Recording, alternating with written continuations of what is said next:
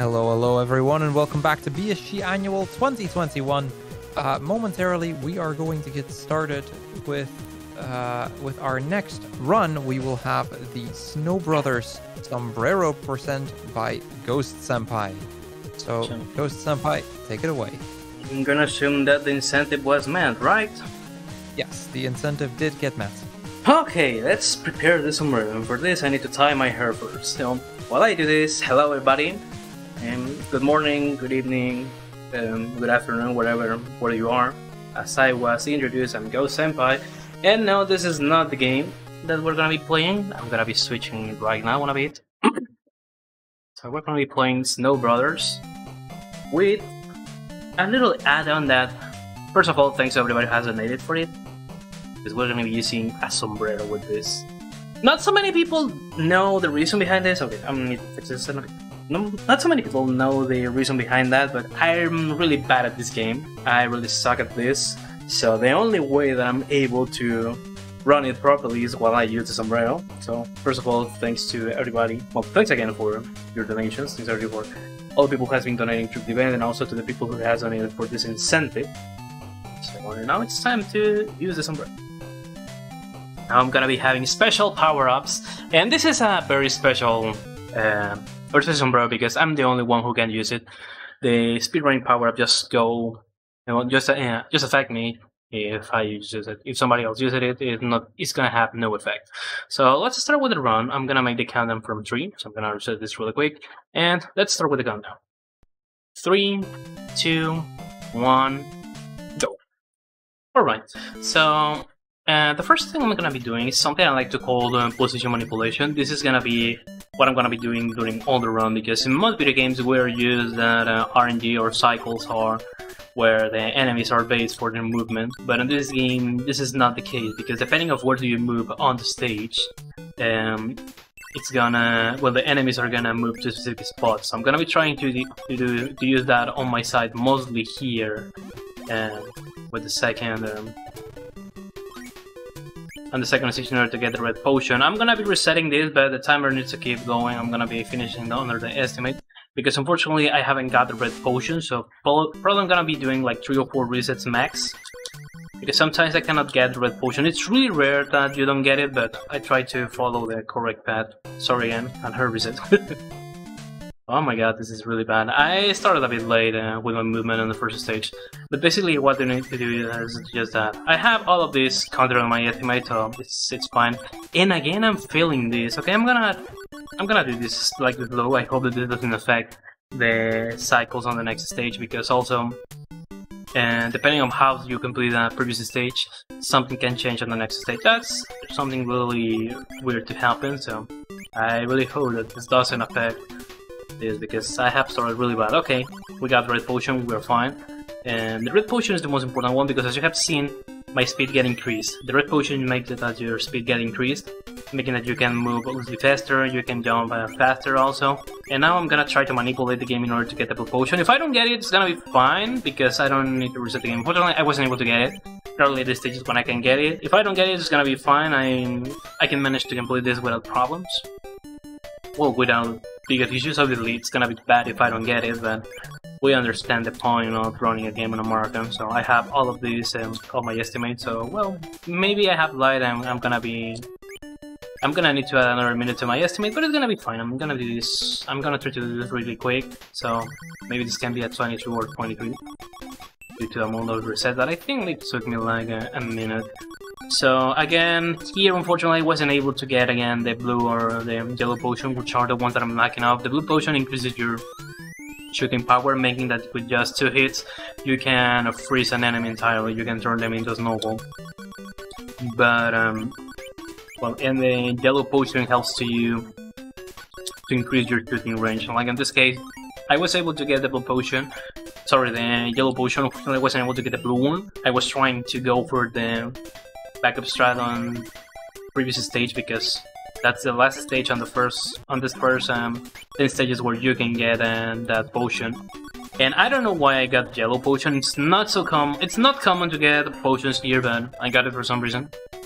It's kinda weird how the game acts, because as I've said before, I'm trying to manipulate the position of the enemies making that they go through a specific spot. So when I throw a rolling snowball and one of those snowballs touches an enemy, that enemy is gonna fly through the stage and it's gonna be turned into an item. So on the second stage, there's a high chance that the way that I have completed the stage, you're gonna get the red potion. That's the most important potion to get in the game. If you don't get the yellow and blue, it's gonna be fine. It's gonna be slightly slow, but it's not so slow compared to the way that when you don't have the red potion.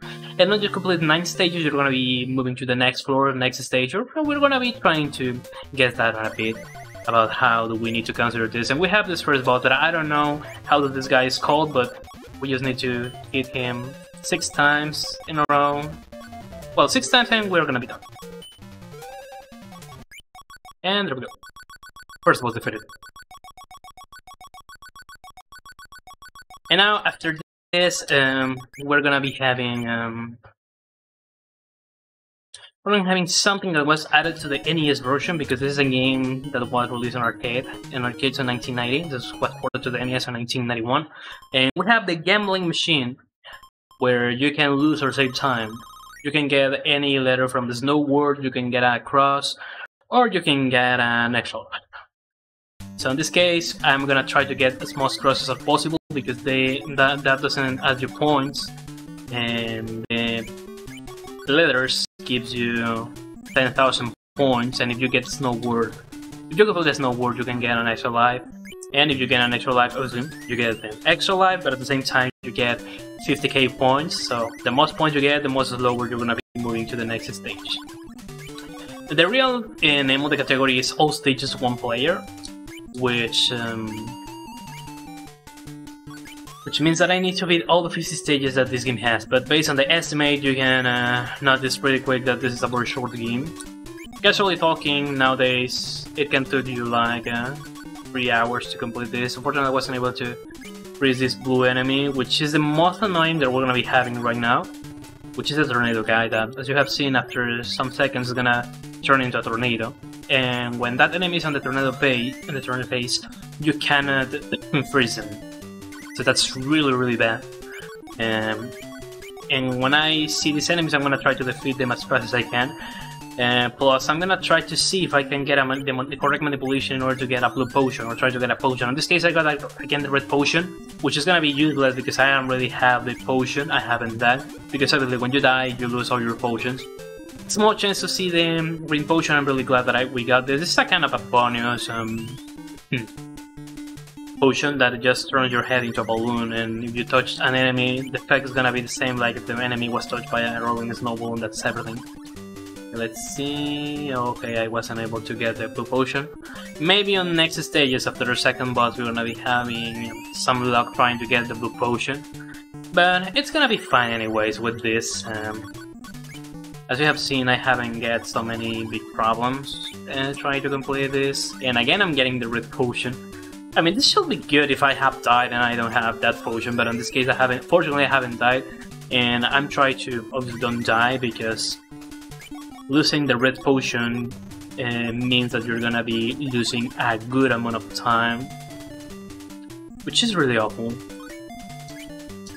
But anyways, if you get lucky in order to get all of these potions after you die, that's gonna be something good. But sometimes that can depend a bit about the RNG, because you can put enemies in specific spots that doesn't guarantee that you're gonna get those potions, but increases the possibilities of getting them.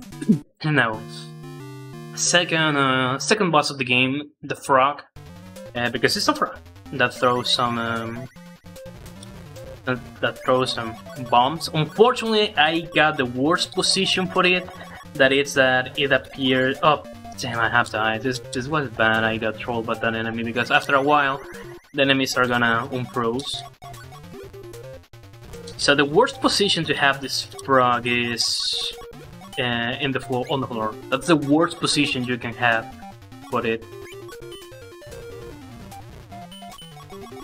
The best way to defeat this really quick is just to have it on the top, because it just needs to receive from 6 to 7 hits and you're gonna defeat it. So unfortunately I have died, so the next stage is gonna be a bit slower. I'm gonna try to Okay, to get the potions, and let's see which slot I got. I got a machine. Okay, I got an S and a Voldu, and again I'm gonna be getting 20k points. And on these next stages, I don't have so much to mention, but in this case, we need to talk about something on the game, because we can see that every time that we switch screens, it says floor, but when we complete a boss stage, it says boss stage. So these are floors or are stages? That's something I don't know. And I was really lucky to get the backup manipulation, so I was able to get both the red and blue potions. I'm really happy about that, because now I'm lacking from the yellow potion, but believe me, it's better to have red and blue instead of red and yellow.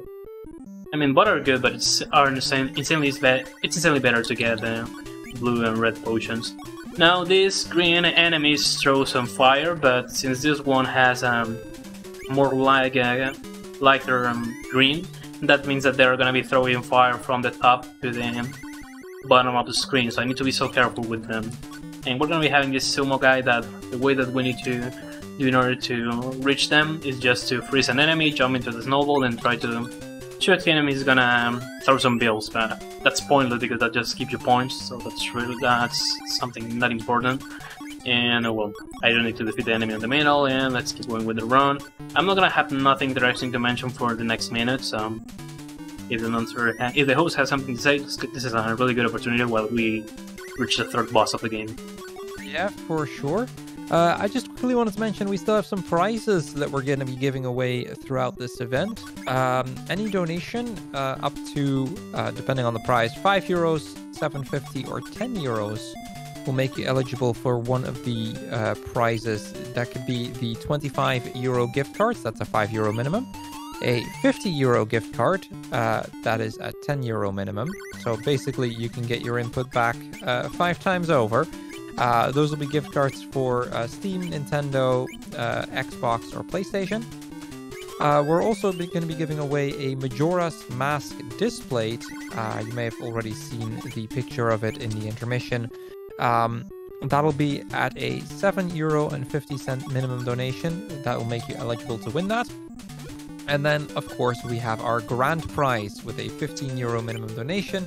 You will be eligible to win the Delfino custom controller. That'll be a PlayStation 2 controller in the colors of BSG. Very cool prize, so do be sure to get your donations in to have a chance to win those. And right now we're gonna be facing one of the most massive base killers that you can have in the game, the birds. Each of them just require 3 hits, but trying to guess where they're gonna be falling down is really bad. In this case, you have seen that I have hit that bird 3 times, but it hasn't died. Because the way that this game works is kinda weird. Oh, okay, I missed a hit, that's really bad, but don't worry. Because if I make some regular shoots against this bird, it's gonna die. You're gonna be wondering, if I said that with 3 hits the birds are dead, why the first one kept alive when sorry, my twist is getting tongue. So, in this case, it's really weird how does the hitbox with their snowballs works. Because it looks like the most closest you are to the bosses, the less damage you're gonna be making to them. So in this case, one of the snowballs make less damage to the first bird, meaning that when the bird received 3 hits, the bird hasn't died. So fortunately, I got a very excellent pattern with those birds, because usually you can waste a good amount of time with it. And with that,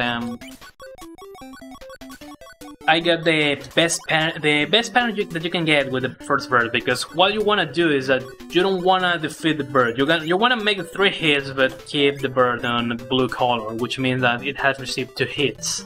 Because with that, the bird is gonna throw X, and you can use those X in order to hit the other bird. So I'm really happy that I got that. That's what you're gonna be looking for in order to try to optimize time, unless you're really good and you can freeze all the 6 sides that are gonna be throwing, and you're able to throw them properly. Because also depending on your position that's gonna affect the other position of the big birds about when they are gonna be moving. But it's kind of complicated to try to guess the position about where they're gonna get their movement or something like that. So the best thing that you can do is just to try to be a bit safe and keep on some corners where you cannot receive damage. And now complicated sections here. As you have seen, I have used a snowball in order to get outside of this thing. And this is because, as you have seen, these platforms are higher, comparing this with how much I can jump in the game, which this is gonna be a real problem in some sections of the game. So I need to try to be careful on that aspect, because in some places, in order to get out, I need to use a snowball. So if I press A and B at the same time, I'm gonna be able to throw the snowball and at the same time jump over it. But sometimes the game can drop your input, and you can throw the snowball, but you can get stuck and you don't jump. So that's gonna be really bad if that happens. Mostly considering that if that happens, obviously you're not gonna be able to get outside of some sections. And also, as you're watching, I'm trying to get all the items as quick as possible. The reason behind this is because comparing this with the arcade port, that was really bad. That was a really bad RNG, because the tornado guys sometimes can throw some. Okay, I'm gonna try to be safe. Please don't die. Please don't die. Please don't die. I'm gonna explain this in a bit, because what I talk of this. Enemies can do is that they can throw you knives, but it's really weird that on these stages they throw you knives when you are close to them. So unfortunately I got trolled by one of them, and this is really bad because if you have been able to reach this point without dying, or you're having a good run here, maybe your pace is gonna die here. Because this was the most complicated stage to manipulate, because if you remember the 21st night of September, and what I have said when I began with this run, something that we need to keep in mind is that depending on your position, the enemy's movement is gonna change. So here on this stage I try to don't move, and I wait until one of the enemies get outside of the middle of the screen, otherwise I'm not gonna be able to reach them. And well, unfortunately, since I haven't got no items, that stage was a bit complicated to me to complete. And there's a lot of difference with the arcade version, because, for example, this has less enemies, and in this case, on this boss fight, on the arcade version, you cannot freeze these fire flames. Instead of that, some enemies are falling from the top of the screen, and there are 2 of these guys, but in this case, on the NES port, there's just 1 enemy. Some people consider this as the easiest version of the game. In some way, it is, but still being hard and fun to play. And again, the S and the W, showing key points in all gamble machines. That was really interesting for me. Maybe I'm close to a 17 right now on the timer on the screen on Marathon.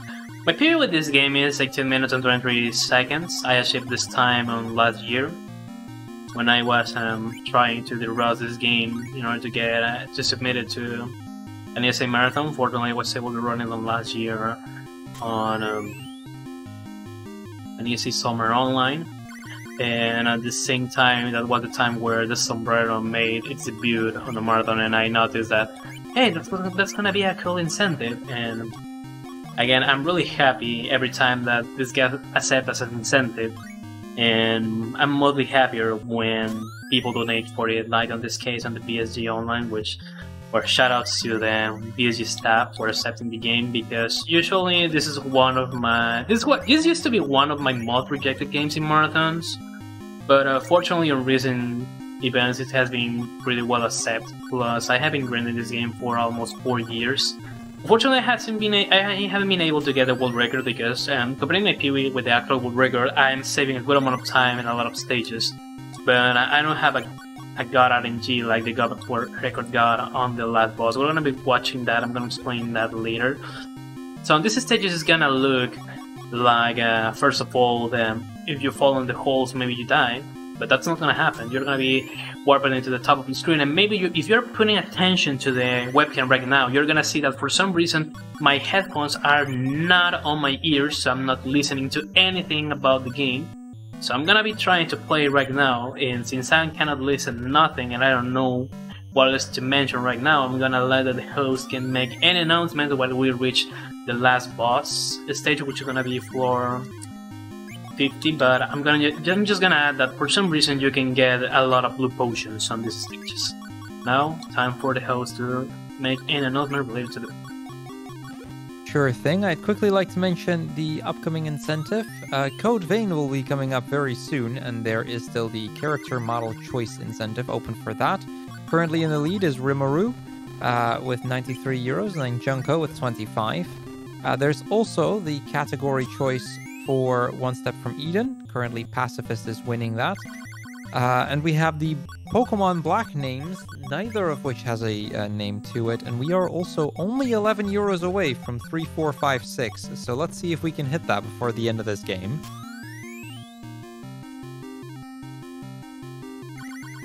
And now my headphones are back on my ears, so I can listen to everything again.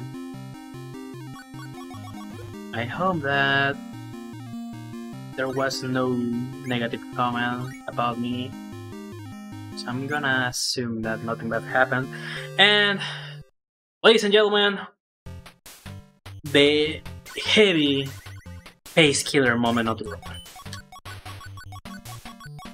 At least comparing this with the arcade version, this stage is faster on the NES version than an arcade one. Plus, in the arcade release, the roof is gonna be falling slowly. It's gonna be falling down slowly after some seconds. That's something that doesn't happen here, fortunately. So that helps a bit in order to complete the game. So I need to hit 10 times each of these guys in order to complete the game. And this is heavily RNG based. And it doesn't matter that I have died here, because these bosses can give you the red and blue potions randomly. For example, in that case, that was the red potion, but I wasn't able to get it. And that enemy told me I wasn't able to freeze it really quick. So I'm not so worried about if I die or something like that, talking about the fact that I can lose the potions.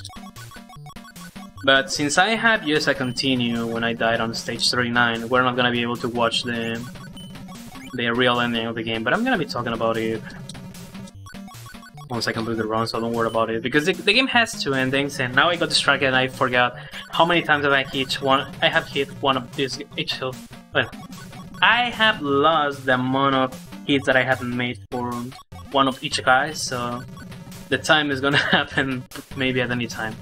I'm gonna try. I used to try to alternate my shootings, because once one of these guys disappears, the other one, well, your amount of bubbles is gonna be reduced.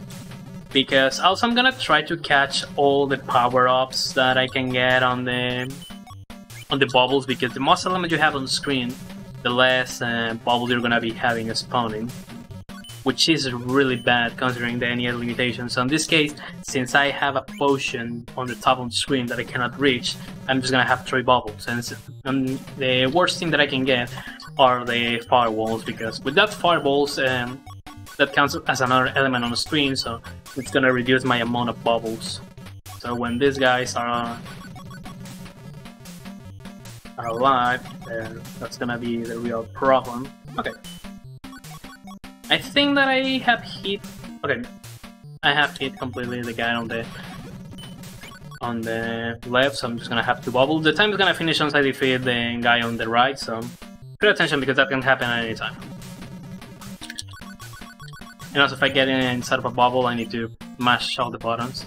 Unless in this case, if one of the potions gets stuck in the top of the screen, since I don't have the other boss, I just have one, I'm gonna be having the 2 bubbles instead. So that's the reason why you try to alternate your hits, because otherwise you can get a bad RNG, like in this case I'm having, because this boss is not throwing any enemy, and again my headphones are running out of my ears.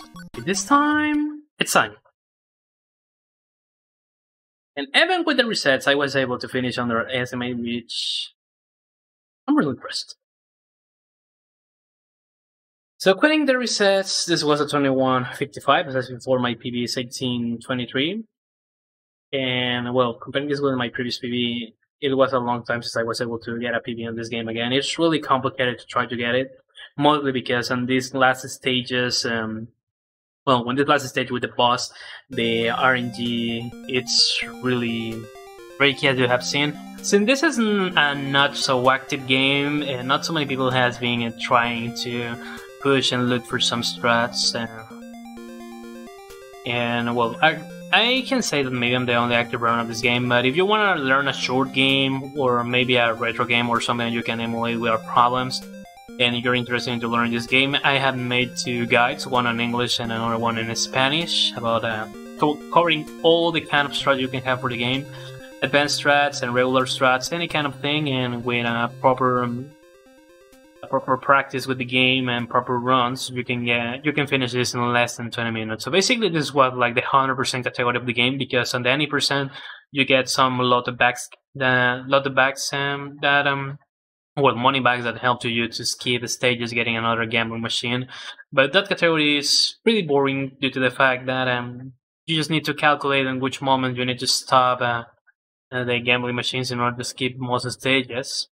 So that's the reason why I prefer to run this. And well, again, shout out to the BSG staff for giving me the opportunity again to run this game, because I was able to run it on a BSG Online 4, so it was a big pleasure for me to be able to run this game again. This is not the Sombrero that I used to use when I submit this incentive, because I use a bigger one that I have right now when I'm studying, but due to the COVID situation, I cannot travel there for now, so there are some stuff there that I left there that I cannot have with me right now, such as the sombrero. And also, this little sombrero has a special value for me, because my mother bought it for me on last year in September. Because if you remember, in the 21st night of September, well, some years after the 21st of September, we celebrated the Mexican Independence Day in Mexico. So I asked for her to buy a sombrero for me so I can use it for my streams in September. And the reason why am I again in my hometown is because, unfortunately, at the beginning of the year, she was detected with cancer. And when I traveled back to what I studied, and a couple of days later, unfortunately, she passed away.